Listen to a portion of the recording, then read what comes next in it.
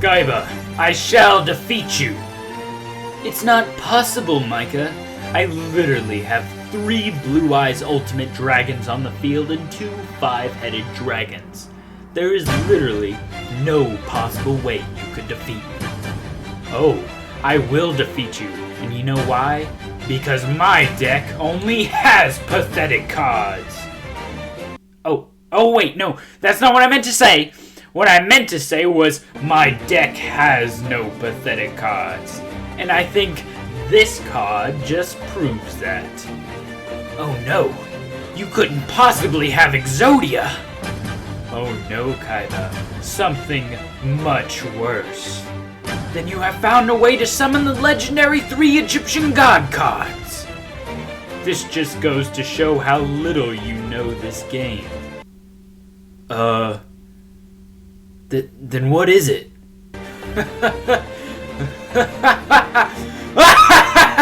I activate the magic card Double Feature Review.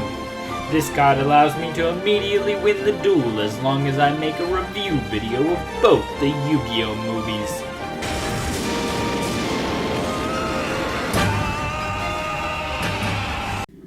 Wait, that isn't a card. It's just something you made up so you can win the game. If that were a card, then it would be banned or nerfed for being too overpowered to be in the game. Also, how are you going to review movies for a universe you currently exist in? How does that even make sense? Bear with me, Kaiba. This may take a minute. The Yu-Gi-Oh! Movies Pyramid of Light and The Dark Side of Dimensions are both non-canon off-adventures in the world of the original Yu-Gi-Oh! Show. Yes, they are both not canon to the main series. I personally consider them canon to the universe, but that's just because I don't see any problem with them not happening during the show's universe. Anyway, it's my job today, in order to win this duel, to review both the Yu-Gi-Oh! Movies and prove that they are freaking awesome!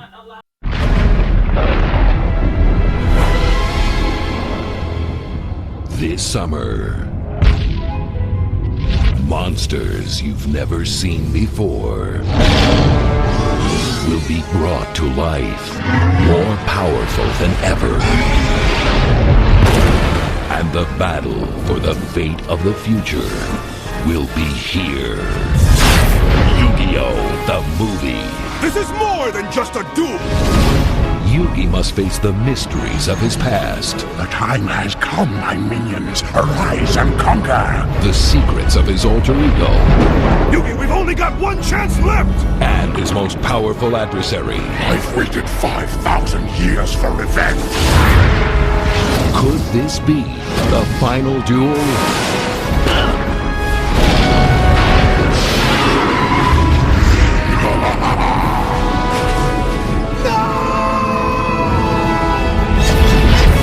When you see Yu-Gi-Oh! The movie, you'll receive one of 4 special Yu-Gi-Oh! Cards you can't get anywhere else. Yu-Gi-Oh! The movie. Everything else was just practice. The duel begins summer 2004. Only in theaters.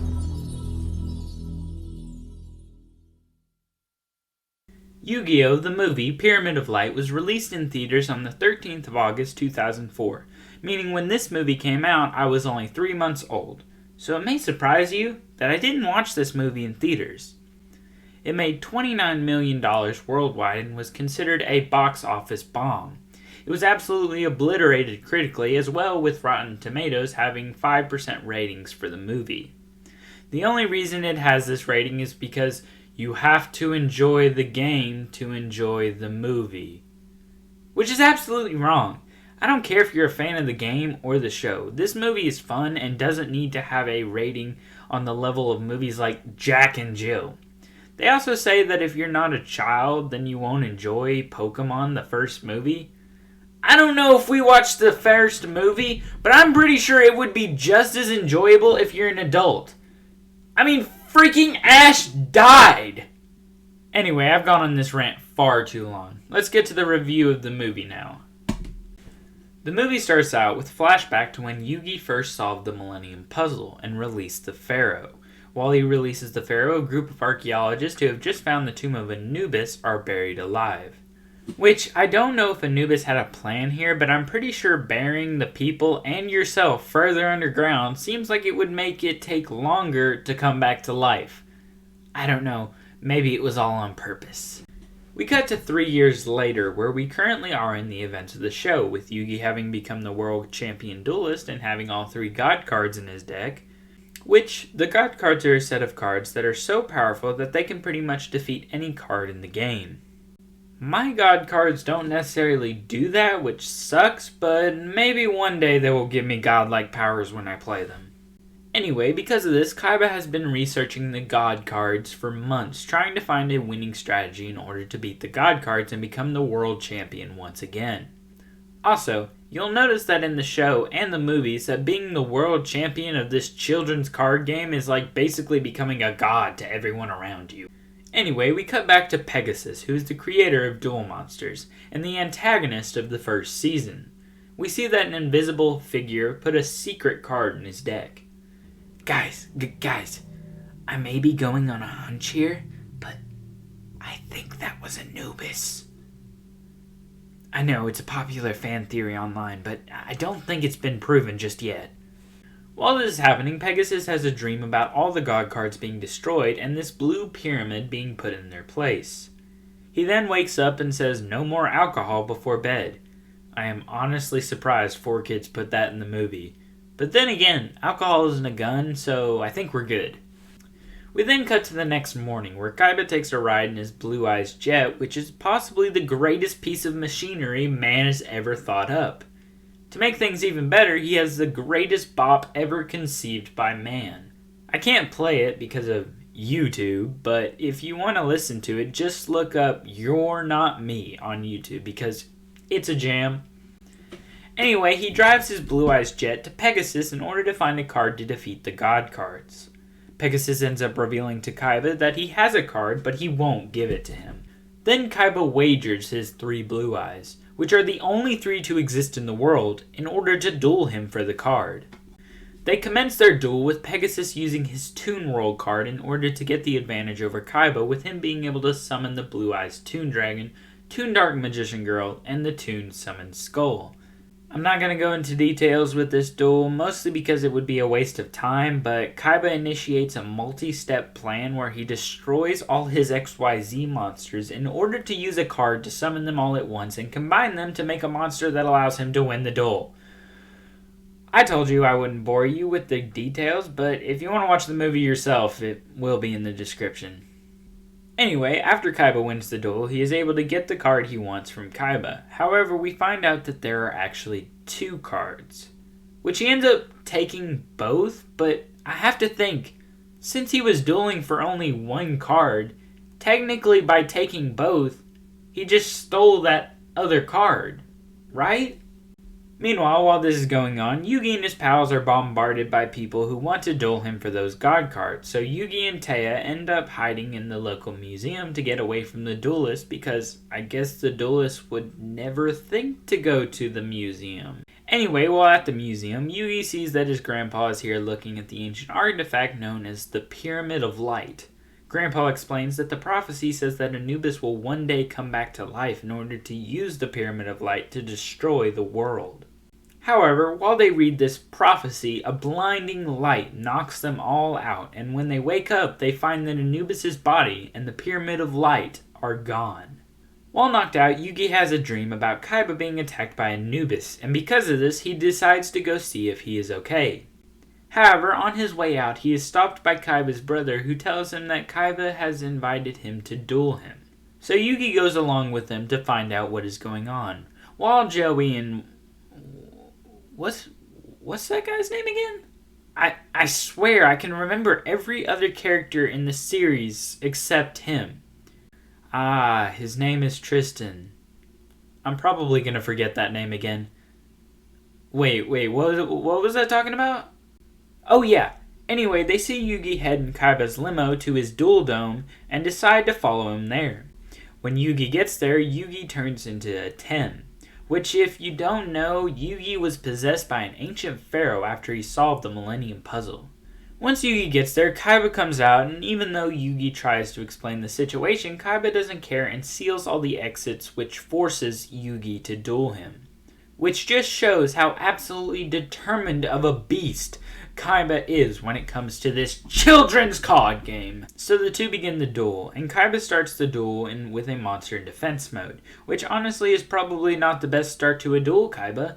Then Yugi summons Queen's Knight and attacks the monster, allowing Yugi to summon 2 more knights to the field. Then Kaiba pulls the card Pyramid of Light and puts it face down. Then when Yugi takes his turn, he pulls out Slifer the Sky Dragon and summons it to the field. Kaiba then forces him to summon all 3 god cards to the field, which then allows Kaiba to activate Pyramid of Light, which its only function is to remove the god cards from play, which is kind of a horrible card unless you know your opponent is going to have the god cards in their deck, but at the same time it completely ruins the meta of the god cards in the first place. Anyway, because of this, Yugi, Joey, and the other guy ends up getting their souls sucked into the Pyramid of Light, which puts them inside of Yugi's Millennium Puzzle. I don't know how that works, but let's just go with it. Also, the Pyramid of Light causes the building to start to crumble and shine a light into the sky, which is a convenient way for our side characters to find their way to the main location. Anyway, Atem and Kaiba continue the duel after this, and Kaiba summons a clown that literally stabs Atem through the heart, which probably gave some kids nightmares. We begin to realize that after Kaiba played the card, anytime someone loses life points, they lose their life energy as well. Then Yugi summons Magician's Valkyria and attacks Kaiba's monster, but this activates his trap, which will take 25% of Yugi's deck every turn. The two begin dueling back and forth until Kaiba is able to summon Blue Eyes to the field. Meanwhile, with Yugi, he has been searching through the Millennium Puzzle but not able to find Atem inside. This is until he sees what seems to be the life force of Atem heading towards a door, but inside this door is Anubis' tomb. After this, a bunch of mummies begin to chase Yugi, and he runs away. He ends up running into Joey and the other one. Also, Grandpa and Taya get to the Duel Dome, and Kaiba's brother gets them up to speed. Atem and Kaiba continue their duel until Kaiba is finally able to summon the Blue Eyes Ultimate Dragon. Once Yugi and gang get away from the mummies, he gets Joey, and honestly, I gave up remembering his name, and I am not looking it up again. Anyway, they decide to head back to Anubis' tomb to try and help stop Anubis. Back at the duel, Atem decides to use Monster Reborn in order to summon Dark Magician Girl, which was sent to the graveyard by the deck Destruction Virus card. Then he activates Sage's Stone, which allows him to summon Dark Magicians. Then he sacrifices both in order to summon the Sorcerer of Dark Magician, which is a card that was exclusive to this movie and not the series. This card gives him the upper hand to destroy Kaiba's Blue Eyes Ultimate Dragon. The Sorcerer of Dark Magic also allows him to destroy the deck Virus card. Then Kaiba activates Monster Reborn and summons his Blue Eyes Ultimate Dragon and immediately sacrifices it in order to summon the Blue Eyes Shining Dragon, which, as a kid, I thought was the greatest piece of cardboard to ever touch a human hand. I may have got a little overexcited there. Then Kaiba hits Atem with a blast that leaves him with not enough energy to even stand. Then we cut back to Yugi with the others, and they follow a stream of life force straight back to the tomb of Anubis. Meanwhile, with Grandpa and the others, the Pyramid of Light has become so powerful that the building begins to collapse above them. When it looks like they are all about to die, Pegasus comes and saves them from being crushed. Yugi and the others finally reach the tomb, and when they try to stop them, the mummies show up again. Anubis decides to show them the future where his monsters destroy the entire world. Then Taya can somehow sense that her friends need her, and she tries to jump out of a moving helicopter and almost dies. However, her soul needs to help them, and for some reason she's got powers for a moment until Anubis takes them away, and now they have to fight the mummies. When they try to stop the mummies, nothing seems to work because they're already dead and it all seems lost. We return back to the duel where Kaiba is taunting Atem for losing the duel.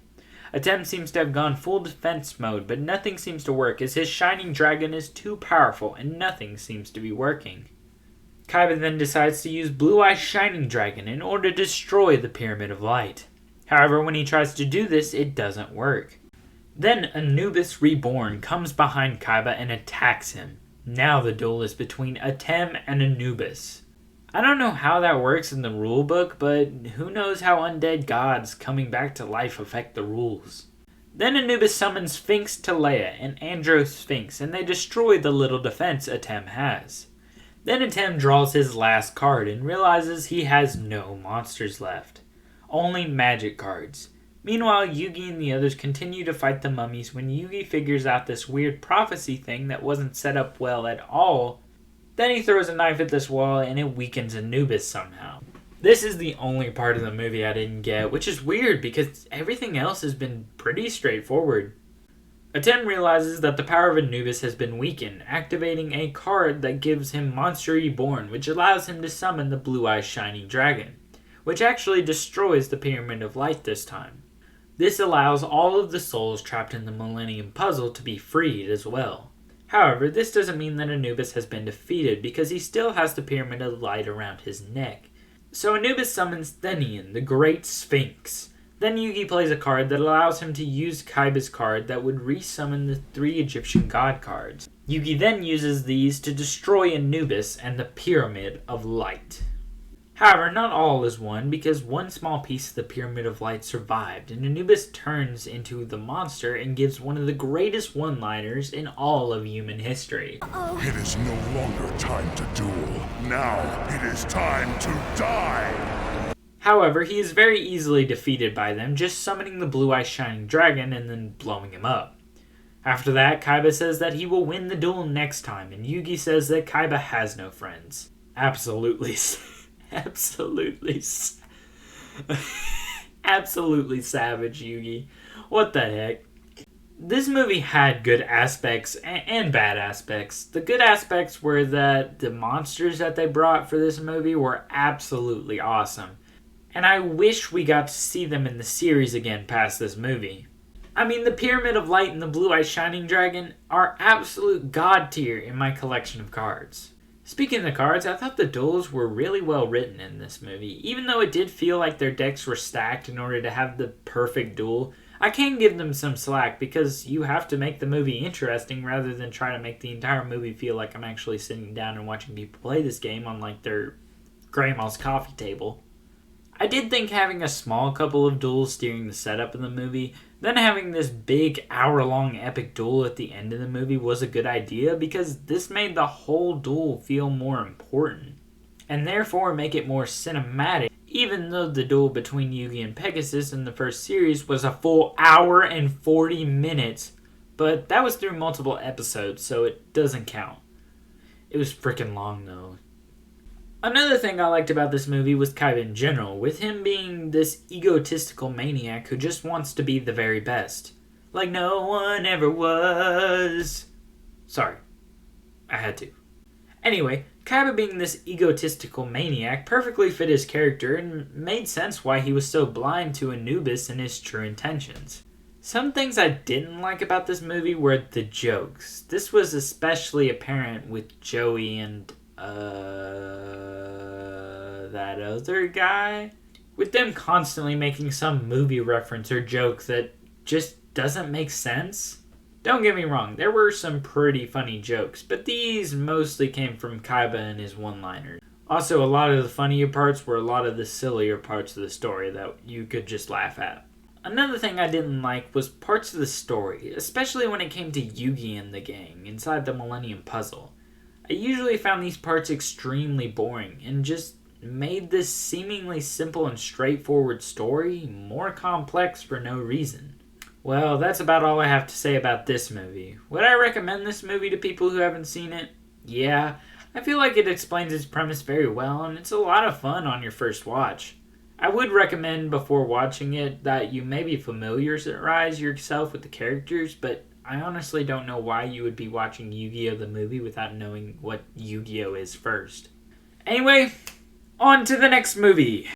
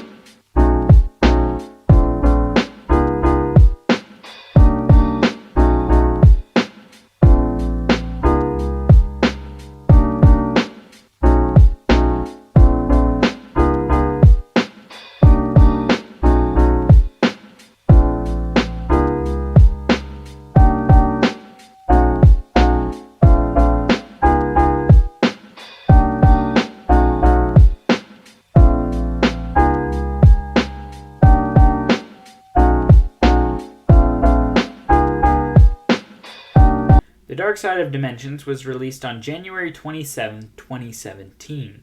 The film grossed over $1 million in the United States. The critics responded to the movie with mixed reception, saying that the complicated storyline is best made for fans of the series, which, duh. It's a sequel to the original series. What did you expect from it? People don't go to the theaters to watch the latest Avenger film and say, well, it was a good movie, but best kept for the people who have seen the previous movies. Anyway, on to the review. The story starts out with a bunch of people digging out Atem's tomb. It seems that Kaiba is trying to find the Millennium Puzzle. Speaking of which, just for context, at the end of the series, Yugi split from Atem and let his soul finally rest. Then we cut to Yugi and all his friends headed to school. We see them at lunch talking about their plans for after school since they are graduating soon. When they get back to class, they notice a kid named Aigami. They remember, but can't remember at the same time. On the way home from school, Yugi reminisces about Atem, which is kind of weird to miss a person who would take over your body at random times without your consent. Anyway, they notice that Aigami is getting bullied by Humpty Dumpty from Puss in Boots. What the heck? Nobody told me this was a crossover.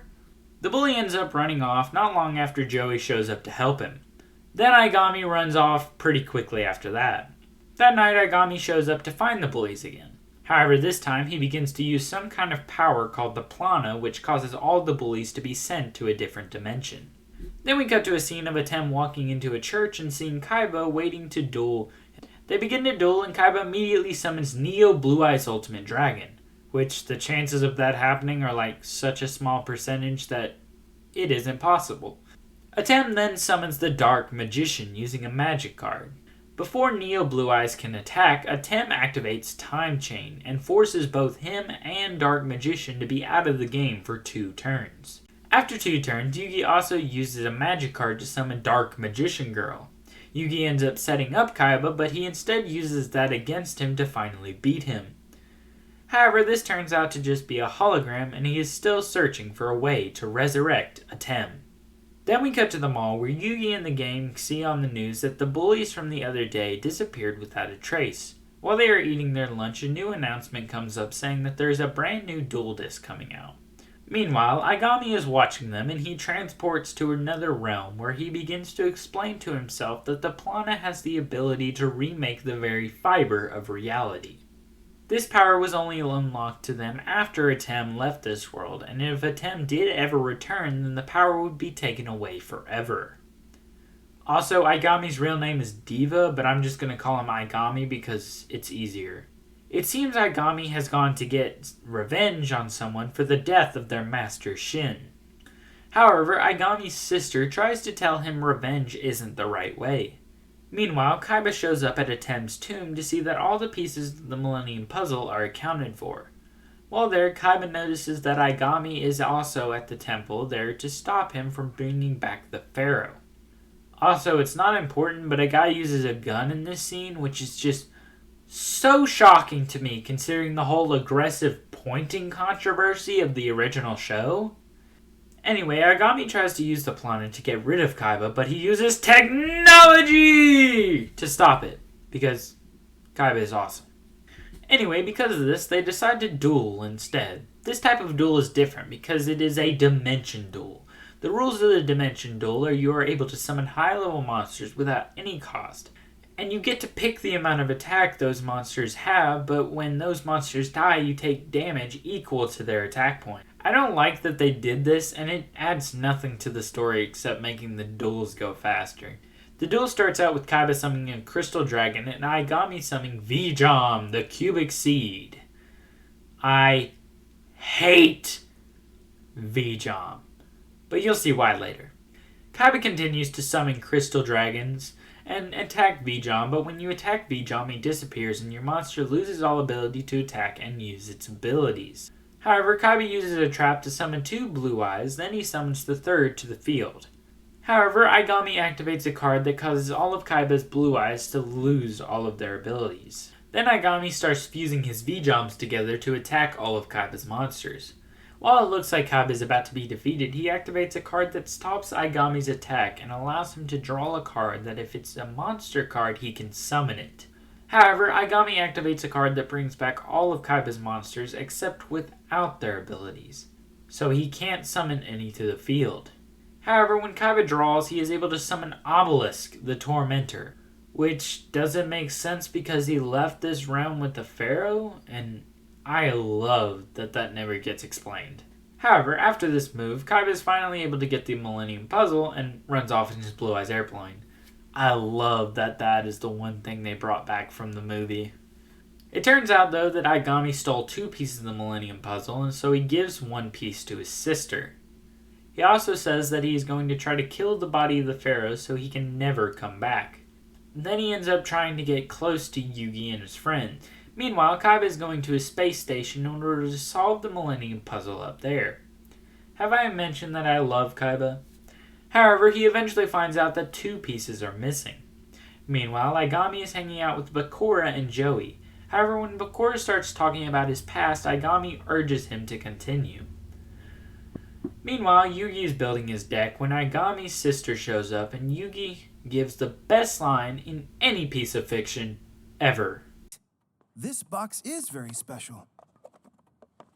You see, it's where I keep my duel cards. Anyway, Aigami's sister tells him that he knows that he once was the Pharaoh's body. Then she gives him the piece of the Millennium Puzzle. Then Bakura starts freaking out, saying that he doesn't want to relive that memory. He says that his father headed out on an expedition and he followed him because he was worried. While he's telling this story, Joey tries to stop Aigami from hurting Bakura and gets sent away by the Plana. Yugi is waiting on everyone, but Tristan walks in and tells him something has happened to Joey. Wait a second. I remember his name! Oh my gosh, I remember his name! Thank you. This is one of the proudest moments in my life, and I want to thank everyone who helped me get here. Anyway, we cut back to Joey, who is currently trapped in a world of his own memories that keeps disappearing. He begins to run, but everything begins to disappear around him. Meanwhile, Aigami continues to taunt Bakura as he tells him his story. Aigami tells him about a night where Shin was teaching them a lesson when a man walked in begging for the Millennium Ring. He says it is not his place to say who gets the Millennium Ring and allows him to wear it. However, the ring kills him instead. Then his son Bakura picks it up and it possesses him and kills Shin, and he leaves. He continues to tell Bakura that he ruined his life when one of Aigami's friends comes in and attacks Bakura, because he was possessed with the Millennium Ring. However, he is able to stop the Millennium Ring, but at the cost of his soul. Aigami thinks about grabbing the ring, but he's interrupted by Yugi and his friends looking for Joey. While they confront him, Joey's about to disappear for good, but a Tem shows up and brings him back to the real world. This shocks Aigami and he runs off. Shortly after running off, Aigami is captured by Kaiba and told that he will give him the piece of the Millennium Puzzle or else. But after finding out that it is inside the Plana, he says that he will duel him for it instead. He then invites Yugi to the duel as well, and Yugi thinks that he can defeat Aigami and get Bakura back. During this, we also get a randomly placed origin of all the kids of the Plana, with them all being children who were forced to be beggars for a greedy man. Until one night Shin shows up to take them all away and uses the Plana to get rid of the evil man. I don't know why this part is randomly shoved in here, but it is, and I feel like it should have been at the beginning of the movie to set up the characters. Also, how is he using the Plana during a time when the Pharaoh hasn't been laid to rest? Because according to the movie's own rules, that was the only way to use the Plana. Meanwhile, the tournament starts with a fake plane crash. However, Blue Eyes destroys the ship and creates a fiery opening to the tournament. Have I mentioned I love Kaiba? The tournament starts and Kaiba and Aigami are going to duel until Yugi says that he wants to duel Aigami first, or else. So the duel starts and Aigami makes it a dimension duel again. Hooray! Yugi starts by summoning Sentry Soldier of Stone and Aigami summons V-Jom. Hooray! He then summons a bigger monster that absorbs V-Joms. Hooray! Can you tell I don't like V-Jom? This continues until Yugi is able to summon Lord Gaia, the Fierce Knight. However, Aigami continues to use his V-Jumps to do the same boring thing that he has done throughout the entire movie. Then Yugi finds a way to exploit the game and trap Aigami in an infinite perpetual attack loop that causes him to lose life points, and he loses the duel, being completely incinerated. Then Yugi and Kaiba decide to duel in order to force Yugi to become the Pharaoh once more. So the duel starts out, and Kaiba finds a way to immediately summon Blue Eyes on his first turn. Then Yugi ends up using a trap to summon Dark Magician. However, soon after, Kaiba is able to ritual summon Blue Eyes Chaos Max Dragon and destroys Yugi's defense.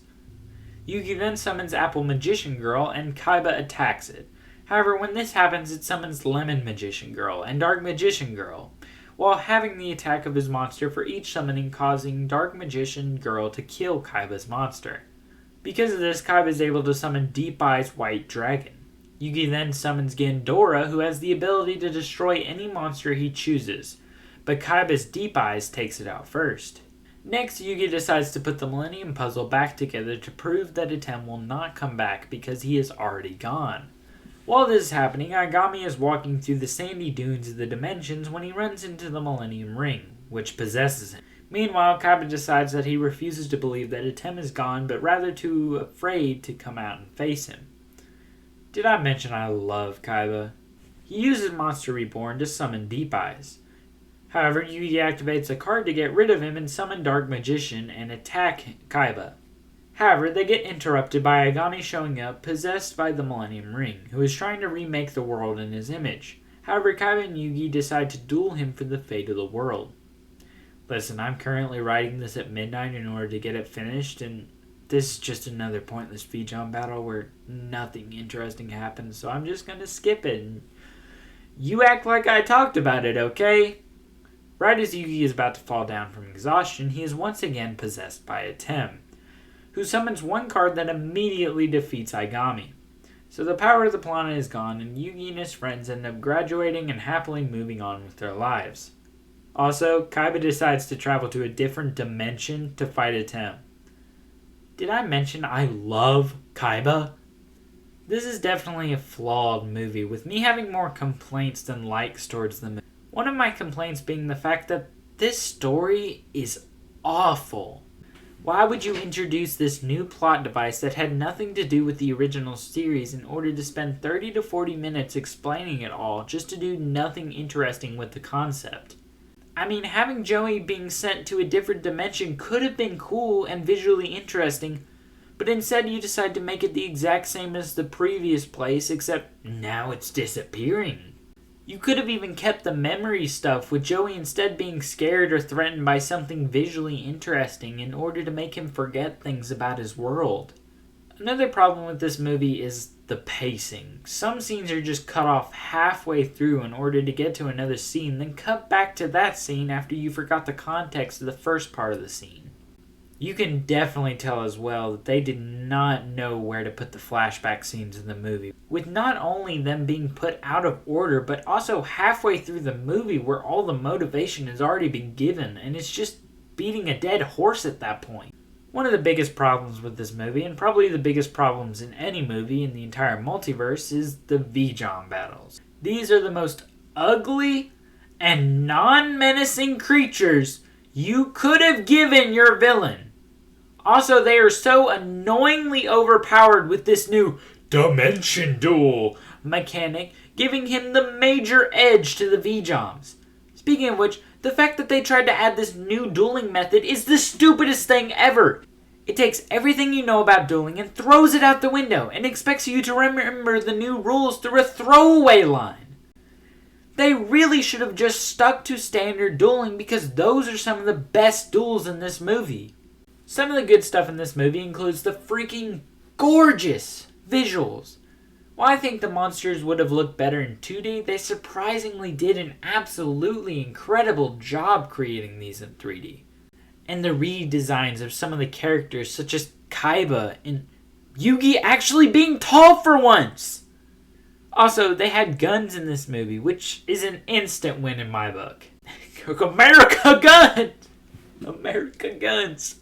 American guns. American gun. I love American gun. Another good thing about this movie is the duels that are not dimension dueling, which happen to be only 2. The first one is the duel between Atem and Kaiba, which is by far one of the best duels in the entire franchise, despite only lasting a few minutes. The other one is between Kaiba and Yugi, which is just so satisfying with all the beautiful colors and different blue eyes to keep you interested throughout the entire duel. I think this just goes to show how much of a better movie this would have been if it were about Kaiba and Yugi. How Kaiba is so mad with need to fight Atem once more that he forces Yugi into a duel that he will never forget. However, it may not be Atem who is inhabiting the puzzle after all these years. Now, don't tell me that that does not sound like a way more interesting premise for the movie than The Planner. Also, I think that Atem never should have come back in this movie because it completely contradicts everything the movie was trying to show us. It was trying to make a movie about Yugi fighting for his friends without the piggyback of Atem. So by Atem coming back at the end of the movie when Yugi is basically defeated, it makes it seem like Yugi needs Atem in his life, which not only contradicts this movie, but the entire end of the series. Overall, it is a very flawed movie, but I would recommend just for some of the epic battles in it and the gorgeous visuals throughout the entire movie. It's kind of like a guilty pleasure movie, one that you don't really have to pay attention to until the good parts. Kaiba, I guess I won, so I'm gonna go ahead and do the conclusion so I can get out of here. You good, man? Blue eyes. Magic Carl, Magic Wave, you're reviewing those movies. What a joke. What? Blue eyes. I love blue eyes. Blue eyes is the best. I'm sure you're fine. Now, the movie I would recommend more is Pyramid of Light. Despite its flaws, I can sit down and watch it without being aggravated by the V-Jom. Other than that, though, it felt more like an event than Dark Side of Dimensions did. I think where Dark Side of Dimensions went wrong is forgetting that it was a movie and instead trying to be the 6th season of the show. While I liked Pyramid of Light more, that doesn't mean that I don't like Dark Side of Dimensions. Like I said, it's a movie you can sit and watch and look at the pretty visuals. Kind of like Avatar, except, better. Also, there's technically a third movie where the 3 main characters from the first 3 series come together to stop some kind of threat.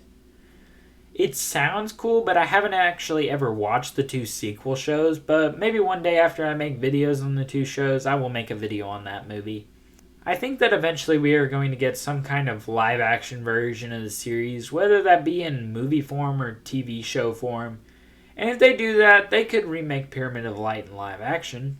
I definitely think if they were able to take the good from both movies and remove all the bad, that we could definitely one day have a movie that could appease these Rotten Tomatoes viewers. Seriously, what is wrong with you people?